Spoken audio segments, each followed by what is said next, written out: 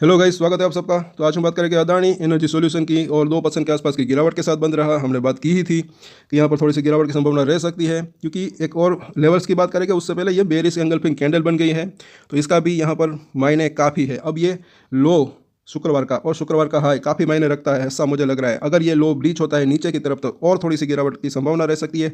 High अगर breach होता है ऊपर की तरफ, क्लोजिंग वहाँ पर देता है या तो लो से नीचे या तो लो से ऊपर, ऊपर क्लोजिंग दे देता है तो फिर ये कैंडल का असर कम रह सकता है। अदरवाइज अगर नीचे क्लोजिंग दे देता है इस लो से तो और गिरावट की संभावना थोड़ी सी रह सकती है।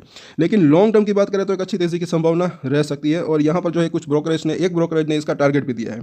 बाकी भी हम बात करके पूरी डिटेल ज़रूर देखें कि अदानी एनर्जी के शेयरों में 67% की बढ़ोतरी हो सकती है। और इन्वेस्टेक ने कहा, क्योंकि इसने तीसरी तिमाही की आय के बाद खरीदे की मतलब कि बाय की रणनीति बरकरार रखी है। क्यों ऐसा करें ये यहाँ पर देख लेते हैं कि अदानी एनर्जी सॉल्यूशन लिमिटेड के शेयरों को तीसरी तिमाही की मजबूत आय के बाद ब्रोकरेज जो है इन्वेस्टेक से तेज़ी का संकेत मिला। और इन्वेस्टेक ने खरीदी यानी कि बाय रेटिंग बरकरार रखते हुए 1352 यानी कि 1350 रुपये के आसपास का टारगेट जो है वो रखा है। और ये मतलब कि जो है 67% के आसपास की तेज़ी हो सकती है इसके अंदर। सो ये भी ना समझे कि सिर्फ इतना टारगेट दिया है तो यहाँ तक ही जा सकता है, हो सकता है इसके ऊपर भी चला जाए। अगर ये टारगेट अचीव हो जाता है उसके बाद वो टारगेट रिव्यू भी कर सकते हैं, वापस से बदल सकते हैं, चेंज भी कर सकते हैं। ये होता रहता है स्टॉक मार्केट के अंदर। जब एक टारगेट अचीव हो जाता है अगर, तो उसके बाद जो है नया टारगेट हो सकता है, क्योंकि प्रॉफिट और रेवेन्यू जो होता है वो काफ़ी मायने रखता है। वो आगे अगर बढ़ता है तो शेयर के अंदर और तेज़ी की संभावना रह सकती है। लेकिन लॉन्ग टर्म की यहाँ पर बात हो रही है, शॉर्ट टर्म में नहीं। शॉर्ट टर्म में अगर देखें तो थोड़ी सी कंसोलिडेशन यहाँ पे उठापटक रह सकती है। आगे देखते हैं कि अदानी समूह की कंपनी जो है समेत यानी नेट प्रॉफिट जो है वित्त वर्ष 2025 की तीसरी तिमाही में बढ़ा, जो मजबूत ईबिटा वृद्धि और 185 करोड़ रुपए की शुद्ध आस्थगित कर दायिता के जो है उलट होने से प्रेरित था, जो मुख्य रूप से अदानी इलेक्ट्रिसिटी मुंबई लिमिटेड में दहानु संयंत्रण विनिवेश का कारण था।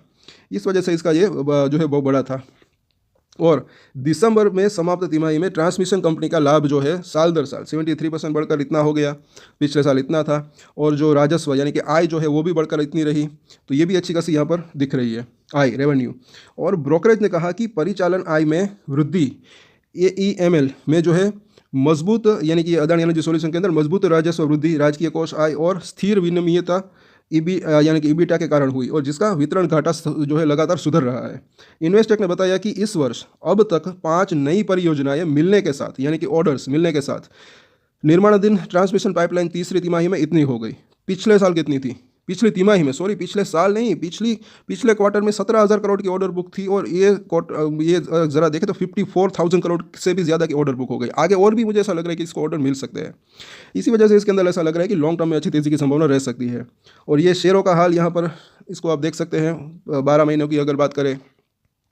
और यहाँ पर जो है ब्लूमबर्ग के आंकड़ों के मुताबिक ये मतलब कि आई थिंक गुरुवार या शुक्रवार का प्राइस होगा, तो क्योंकि 1-2 दिन पहले की रिपोर्ट से। अब यहाँ पर ज़रा देखें ब्लूमबर्ग के आंकड़े क्या कहते हैं। ब्लूमबर्ग के आंकड़ों के अनुसार अदानी एनर्जी सॉल्यूशन पर नज़र रखने वाले सभी 6 विश्लेषक, 6 एक्सपर्ट की राय अगर देखें तो उन्होंने भी खरीदने बाय रेटिंग जो है वो बरकरार रखी है। और 12 महीने के विश्लेषकों के औसत मूल्य लक्ष्य यानी कि एक साल के अंदर अंदर जो है ये 6 के 6 मतलब कि उनकी एक एवरेज अगर टारगेट की बात करें तो वो भी 1369 यानी कि 1350 रुपये के आसपास का ये एवरेज आती है। वहाँ तक जाने की संभावना रह सकती है, यानी कि 74% के आसपास का रिटर्न इसके अंदर मिल सकता है। सो ये इसकी पूरी की पूरी रिपोर्ट है। अब इसके चार्ट के ऊपर देखें, 2% के आसपास की गिरावट रही। अब यहाँ पर F&O के अंदर क्या हुआ, तो यहाँ पर अगर हम देखते हैं पुट राइटिंग की बात करें, सपोर्ट जो है वो वीक हुआ है। कब से 800 को सपोर्ट लेकर वेट हुआ था, लेकिन वो थोड़ा सा वीक हुआ है। अभी भी 780 का जो सपोर्ट है वो वीक नहीं हुआ, तो अभी भी ये लेवल जो है थोड़ा सा सपोर्ट का काम कर रहा है।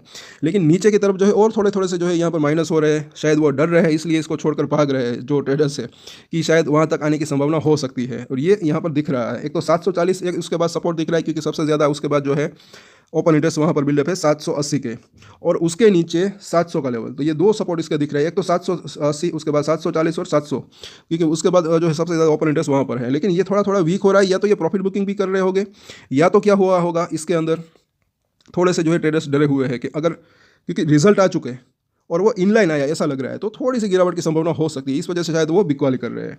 और यहाँ पर अगर हम देखते हैं इस तरफ कॉल राइटिंग में। तो 800 के ऊपर हेवी सब जो है रजिस्ट्रेशन बन गया है, 208 नए कॉन्ट्रैक्ट्स बने।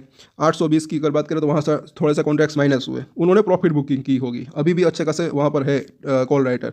जैसे कि हमने बात की थी कि 800 से 840 का जो जोन है, ये ज़रा देखें कितना ज़्यादा ओपन इंटरेस्ट वहाँ पर बिल्डअप है। तो अभी ये ही एक बस जो है रजिस्ट्रेशन बना हुआ है, और बड़े लोगों को ये लग रहा है कि शायद शॉर्ट टर्म की बात करें तो इसके ऊपर जाने की संभावना कम हो सकती है, और इस या तो ये नीचे जा सकता है थोड़ा, या तो कंसोलिडेशन हो सकता है इसके अंदर, ऐसा लग रहा है। तो सपोर्ट और रजिस्ट्रेशन क्या हो सकता है वो हम देखेंगे। तो यहाँ पर अगर देखें अभी भी इसकी जो डेली चार्ट के ऊपर बुलिंजर बैंड की जो मिडल लाइन है, वहाँ पर आज भी इसने सपोर्ट लेने, यानी कि शुक्रवार को भी सपोर्ट लेने की कोशिश की, पिछले 3 दिनों से वही हो रहा है। तो क्योंकि ये बेरिश एंगल्फिंग कैंडल बनी, जैसे कि हमने बात की, तो ये लो को ब्रेक कर नीचे जाता है तो और गिरावट की संभावना रह सकती है। फिर 740 से 700 तक जा सकता है, तो ये लो हाई और लो के ऊपर नज़र रख सकते हैं। हाई को क्रॉस कर देता है, 816 का है, वहाँ पर क्लोजिंग देता है या तो लो से नीचे या तो हाई से ऊपर। तो अगर हाई से ऊपर क्लोजिंग देता है तो और तेज़ी की, फिर मतलब कि ये जो कैंडल है उसका असर कम हो सकता है, और 840 को क्रॉस करता है फिर इसके अंदर एक फ्रेश तेज़ी आ सकती है, ऐसा लग रहा है। बाकी नीचे में अगर ये लो ब्रेक करता है तो और ये जो है थोड़ी सी गिरावट की संभावना रह सकती है। MACD की बात करें तो थोड़ी सी स्ट्रेंथ घटी है, और आगे देखें, और RSI जो है वो भी 49 के ऊपर है, न्यूट्रल कंडीशन में दिख रहा है, ओवरसोल्ड जोन के पास नहीं पहुंचा है। तो ओवरऑल इसके सपोर्ट और रजिस्ट्रेशन देखें तो 780 का 790 का प्राइस है पहला सपोर्ट एरिया, 780, उसके बाद 740, और उसके बाद जो है 700 का लेवल। तो ये 3 इसके शॉर्ट टर्म के सपोर्ट दिख रहे हैं। रजिस्ट्रेशन की बात करें तो पहला रजिस्ट्रेशन जो है 800 से लेकर 810 का लेवल, उसके बाद 840 का जोन। हेवी कॉल राइटिंग इस लेवल के आसपास बनी हुई है, 840 के आसपास, 800 से लेकर 840 के आसपास। बस ये लेवल पार हो 840, तब इसके अंदर एक फ्रेश तेज़ी की संभावना रह सकती है, ऐसा लग रहा है। और यहाँ पर भी अगर आप देखेंगे, यहाँ उसके बाद जो है यहाँ कई बार इसने अभी इस लाइन के आसपास, इस लेवल के आसपास रजिस्ट्रेशन फेस किया है।